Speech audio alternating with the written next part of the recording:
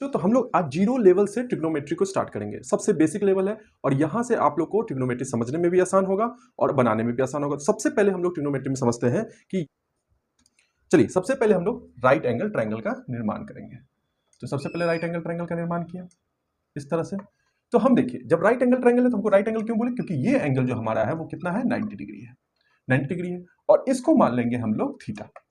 ठीक है, जब इसको हम लोग थीटा मानेंगे तो ऑटोमेटिक ये क्या हो जाएगा 90 माइनस थीटा, ये ऐसा हो जाएगा 90 माइनस थीटा हो गया। क्यों 90 माइनस थीटा हो गया, क्योंकि हमको पता है कि ट्रायंगल के तीनों कोनों का योग जो होता है, सम जो होता है वो 180 डिग्री होता है। तो इस तरह से हम लोग 90 थीटा, तो ये 90 माइनस थीटा हो गया।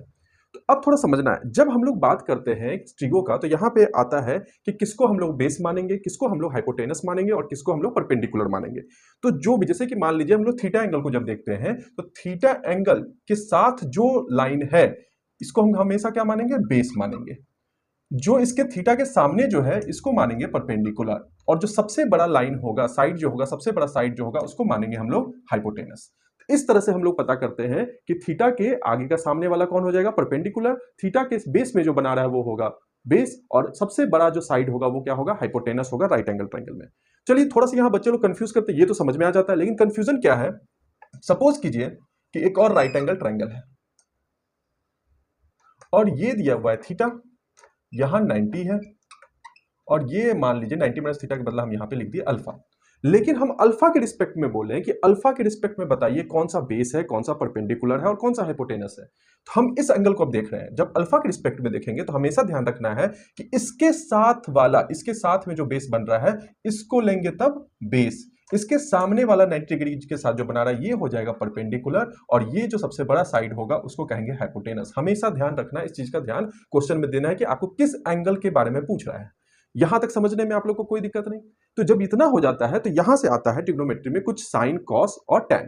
अब यहां से हम लोग समझते हैं कि साइन का क्या होता है मान, कॉस का क्या होता है और टैन का क्या होता है। तो सबसे पहले आता है साइन थीटा, समझिए। तो हम लोग क्या करेंगे कि इस ट्रायंगल में देख रहे हैं तो आराम से आप लोग इस ट्रायंगल को देखिए। सबसे पहले बहुत अच्छे से समझना है कि ये 90 डिग्री एंगल है और ये है थीटा और ये है कोई भी रखिए अल्फा। तो हम लोग थीटा के रिस्पेक्ट में देख रहे हैं, तो साइन थीटा के रिस्पेक्ट में देखेंगे तो हमारा देखिए, तो याद करने का क्या तरीका है, तो सबसे पहले हम लोग याद रखेंगे कि ऐसा होता है पंडित भोला प्रसाद, इस तरह से याद रखिएगा। तो साइन थीटा इजकल टू हाय हाय बोल। देखिए कितना इजी है, साइन थीटा हो गया, कॉस थीटा हो गया और ये टैन थीटा हो गया।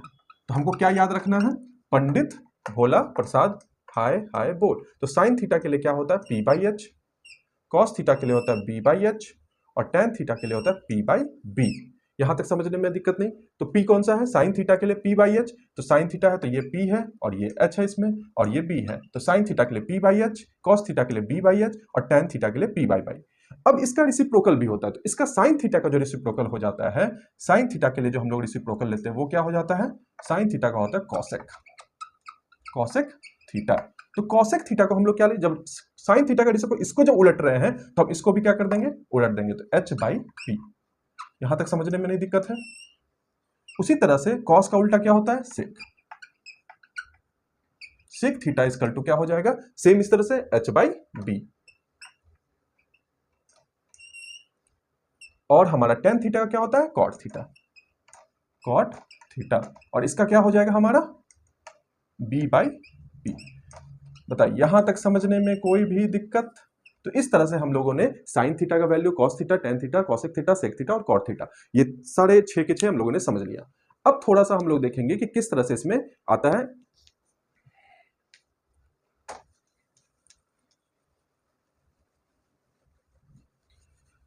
चलिए अब हम एक टर्म है पाइथागोरस थ्योरम, आप लोगों ने पढ़ा है कि राइट एंगल ट्रायंगल में पाइथागोरस थ्योरम लगता है। तो सबसे पहले उस चीज को हम लोग समझते हैं कि जब राइट एंगल ट्रायंगल हो, जब हमारा राइट एंगल ट्रायंगल हो, ये आपको पता है कि 90 हो, ठीक है। तो क्या हम करते थे, ये थीटा रहता था तो ये हो गया बेस, ये हो गया परपेंडिकुलर और ये हो गया हाइपोटेनस। तो पाइथागोरस थ्योरम से हम लोग का पता था कि P square plus B square equal to H square, ये आप लोग को पता है। ये क्या है, पाइथागोरस से है।